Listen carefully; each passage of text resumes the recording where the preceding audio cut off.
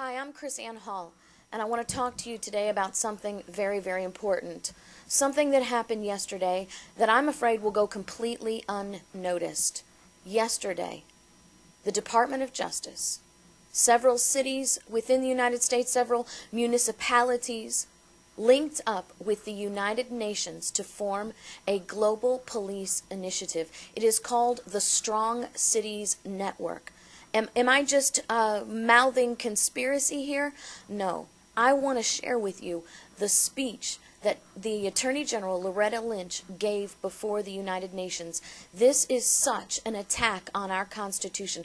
This is such an attack on the sovereignty of our states. This will eliminate the rights of the people as we know them under a constitutional republic. I want to show you, this is how we will have the UN Arms Treaty. This is how we will have UN control in the United States. It will bypass Congress. It will bypass the treaty process. It will be implemented on the local level so people will never even notice. This is how the UN property policies are being applied in the United States through local initiatives, and now we're going to see a global police force. Look how easily the federal government has partnered up with our local police force, completely defying every limitation established by our Constitution. And now, through this local initiative, we are going to see international intervention within our local governments and our local police force. You don't have to believe me. I want to share with you parts of Loretta Lynch's speech. And you can go to my Facebook page and get a link to this speech as well. I will put a link on the bottom of this video so you can go to this and read the entire speech for yourself, so you know that I'm just not cherry picking and making this up. As a matter of fact, I'm probably going to be reading a large portion of this speech because it is so rich with things that should be screaming warnings to Americans who want to preserve the Constitution and preserve our inherent liberties as we know them, as they were established to be ours with a limited government. You know, the very beginning of Loretta Lynch's speech is just really disturbing. And so I'm going to start at the very beginning. Thank you, Mayor de Blasio, for those kind words, for your dedication to promoting equality and expanding opportunity, for your service to the people of this great city, the city I call home. I would also like to recognize High Commissioner for Human Rights, Prince Al Hussein, and the UN Habitat Program for their inspiring work and bold leadership as we work to create a future of sustainable peace, development, and opportunity. America, this is the intervention, the incorporation of foreign influence and foreign law that our framers warned us about. George Washington warned us in his farewell address. He said, against the insidious wiles of foreign influence, I conjure you to believe me, fellow citizen, that foreign influence is the most baneful foe of a Republican government. He said that it would be the destruction of our liberty. And here we have the Attorney General of the United States and mayors from our cities embracing this very thing that our framers warned us about. She says, I'd like to thank all of the mayors and other municipal leaders who are helping to ensure safe and prosperous futures for our communities and our world by serving on the steering committee of the Strong Cities Network. This is the name for this. Now, I have searched all over the UN website. You cannot find a web page for the Strong Cities Network yet. We will keep watching and see when this comes up. But this is an initiative that was spearheaded yesterday in New York City and will come to fruition in spring of 2016 in Paris, France, at the UN meeting there. She says, it is a pleasure to join a distinguished group of leaders on this historic occasion, and it's a privilege to represent the Obama administration. Really? When did we have an Attorney General that represents an administration? Do you see how far we have deviated from a government of the people, by the people, for the people. We, the people, in order to form a more perfect union, now have an Attorney General that represents an administration. Now you see where the loyalties go, right? Now you see why there is absolutely no focus on the Constitution and the rights of the people, because there's no loyalty to it. The loyalty is to the Obama administration. And then, I guess as an afterthought, she adds, and the United States.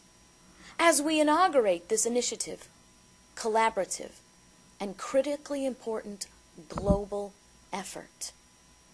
This is the globalization of America.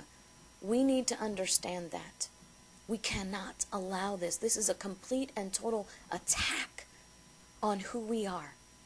She says, it is a pleasure to join such distinguished group of world leaders on this historic occasion.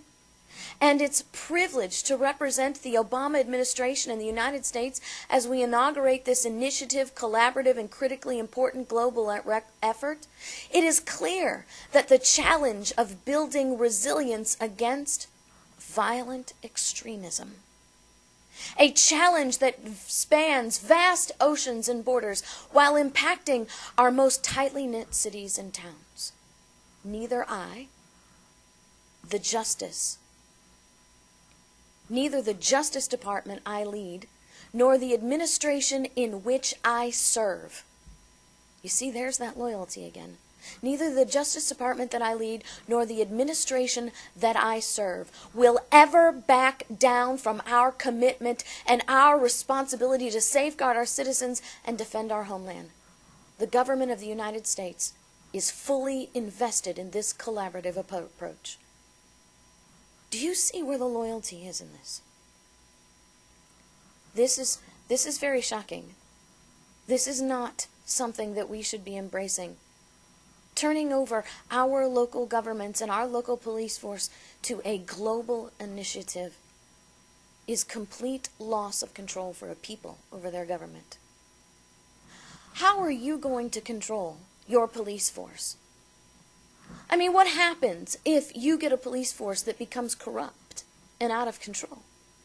You no longer have a hand on your police force because they will now be directed and funded by not only the federal government, but by global influence. That is not a government of the people. That is a government of itself. She continues and says, through our Model Regions program, that's the program where the federal government has infiltrated our local law enforcement, completely setting aside every aspect of posse comitatus without actually implementing, right?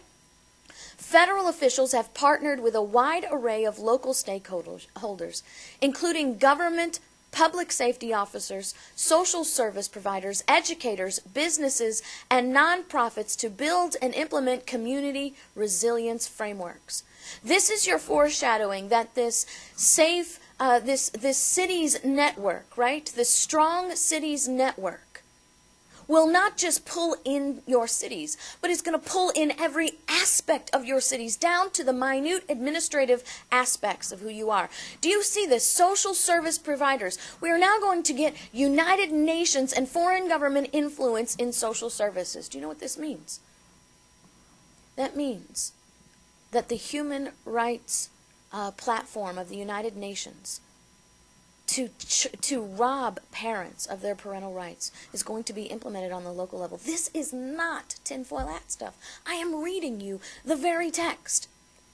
She says, these efforts have shown us the power of harnessing our local expertise and leveraging local leadership to create targeted and effective approaches to eradicating, once again, violent extremism is the word that she uses, in any community. We have learned that an open dialogue and consistent engagement with a wide range of constituents is essential to crafting strategies and forging partnerships that will address the full scope of the threats we face. What is that full scope? What is that full scope? She says, we have observed a need for that mechanism that will expand to the most effective efforts to reach people around the globe. What is that scope? That scope of partnership is now global. Because she says until now, we have lacked that mechanism. we are making the first systematic effort in history to bring together cities around the world to share experiences, to pool resources, and to forge partnerships in order to build local cohesion and resilience on a global scale. We lost control of our local governments when the feds came in and started funding and directing. What's going to happen with a global scaled initiative?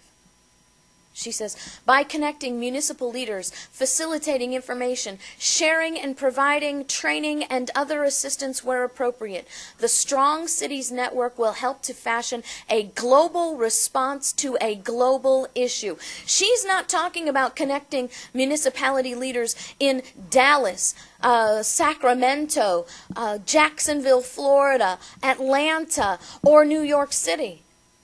She's talking about linking all of those cities with Paris, with cities within France and Italy and Spain, and bringing in a global network of foreign law, foreign influence, and foreign initiatives into our local governments. She says, I want you to know that the Obama administration is deeply committed to ensuring that Strong Cities Network is as strong and vibrant and resilient as the cities it unites.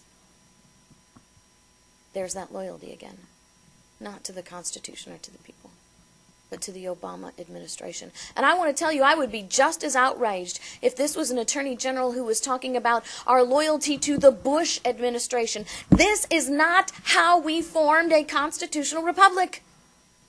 This is a totalitarian leadership. She says, resilient as the city it unites, connecting those localities to one another, as the Strong Cities Network is doing, it is not only a powerful way to uplift our communities worldwide, it also sends a message, she says, about who we are and what we aspire to be. An alliance of nations as a global community. I just simply want to ask you, is that who we want to be? Because that's who we're trying to be.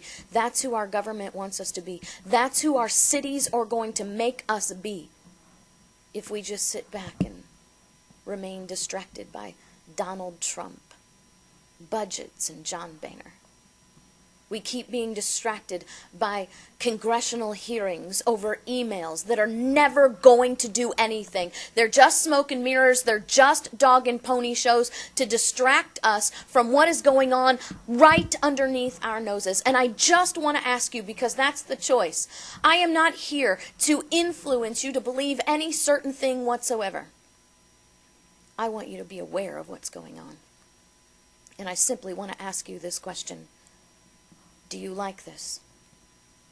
Is this who you want to be? Not a government of people.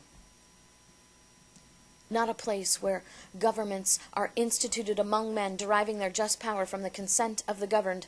And when any form of government operates contrary to those means, it is the right and the duty of the people to alter or abolish them. I just want to ask you, do you want to be a global initiative?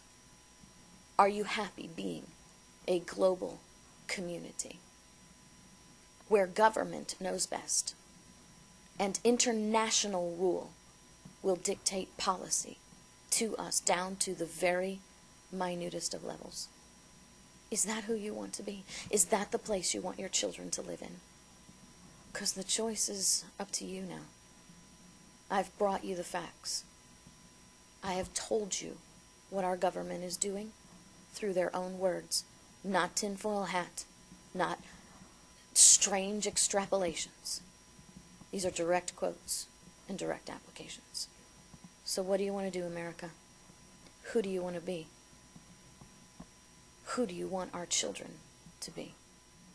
And that's the last question of the day.